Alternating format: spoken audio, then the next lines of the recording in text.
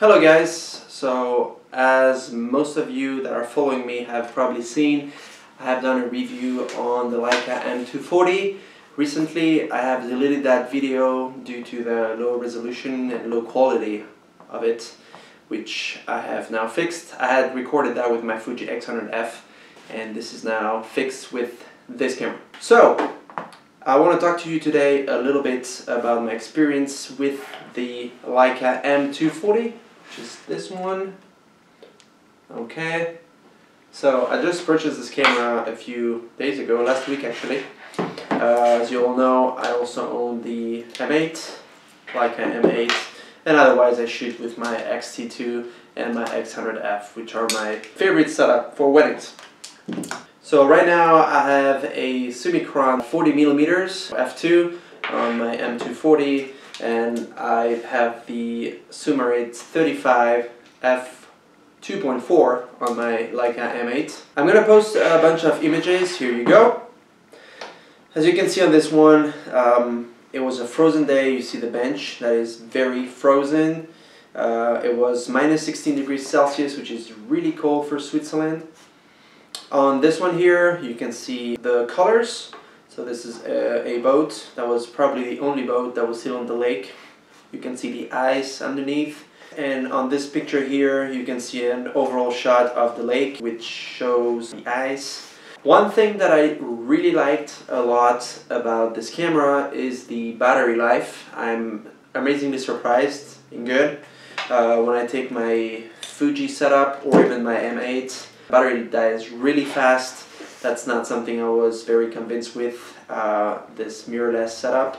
Unfortunately, when I do a wedding, I have to go around with 10 batteries plus 2 or 3 chargers to make sure I can go through the day. That's something I didn't have with my DSLR setup with my Canon.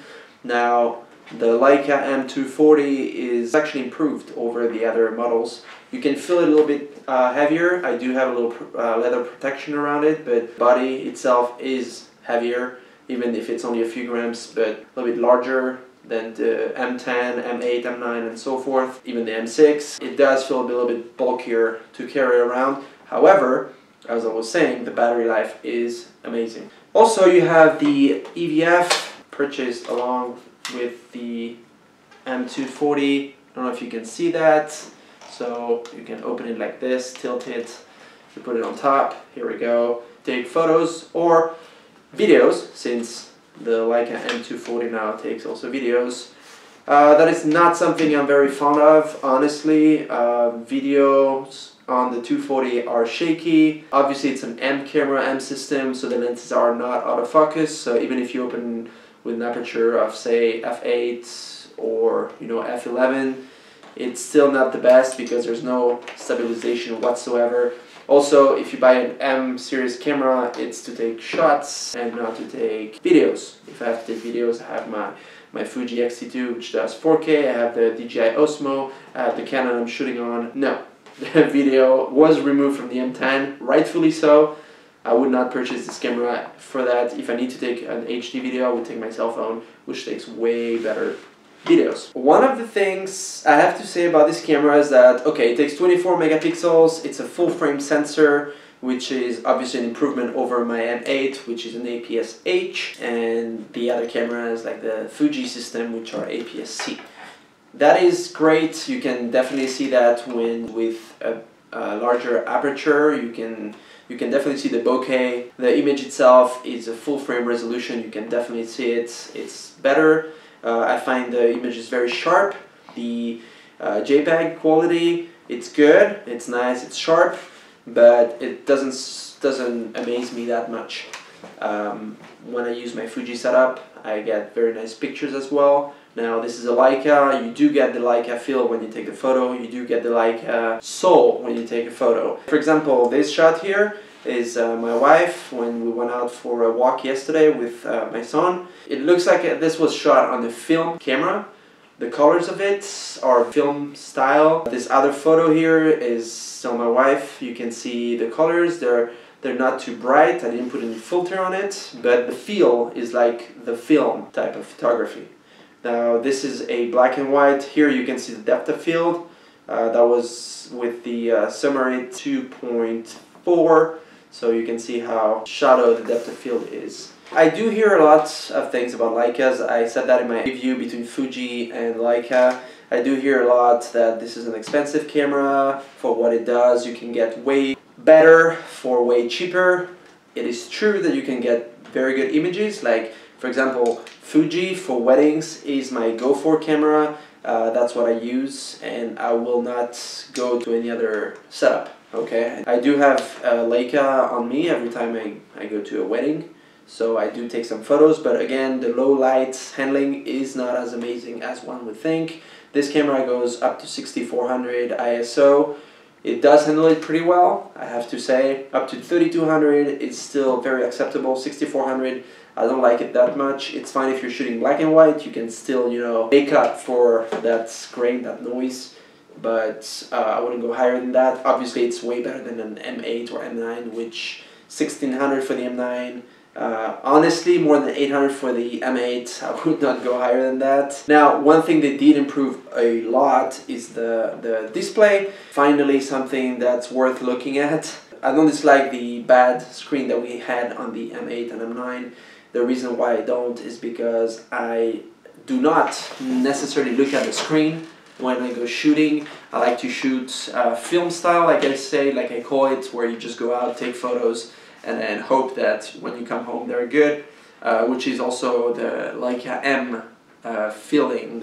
You know, this feeling of taking photos and trusting your skills and your knowingness as a photographer.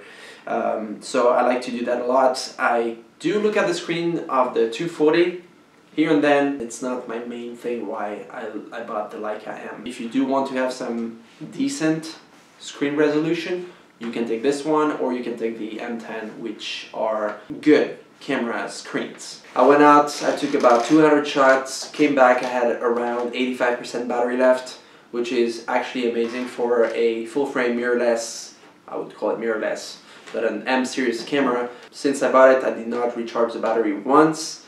That's something else that really inspires me to inspire you guys to get this camera, because it is really, really good on that regard. Otherwise, overall, very good camera. I don't have really like a closing speech or a pep talk for you guys on why you should get this one or another one. Leica for me is the Leica feel, the Leica tradition. I could not compare this camera to anything else, obviously, because why would I do that? You know, like take even an xt2, a Fuji xt2. I just looked online and I found secondhand ones for like 800 bucks. I bought this camera 6 months ago for almost 2 Gs without a lens. So they lose value super fast. Nowadays, there's a lot of marketing on the most megapixels you get, the best. Honestly, if you're not chasing megapixels and you're actually looking for something to take your time to frame and to work with, this is a very good camera. It's very responsive. The shutter sound noise is way more silent than an M8, obviously, because M8 is not the reference for that, but it's better than an M9 as well.